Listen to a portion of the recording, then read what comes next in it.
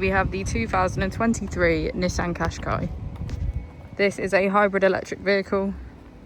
It has done just over 13,000 miles with an automatic transmission.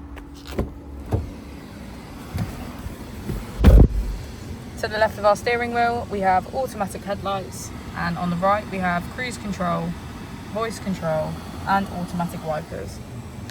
Moving on to our screen, we can access navigation, radio and smartphone integration.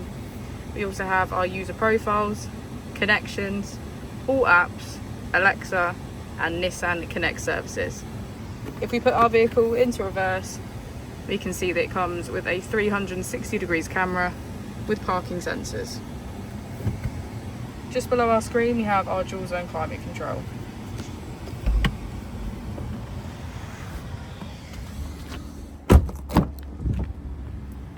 As we go into the back of the vehicle, we can get a good view of our panoramic roof.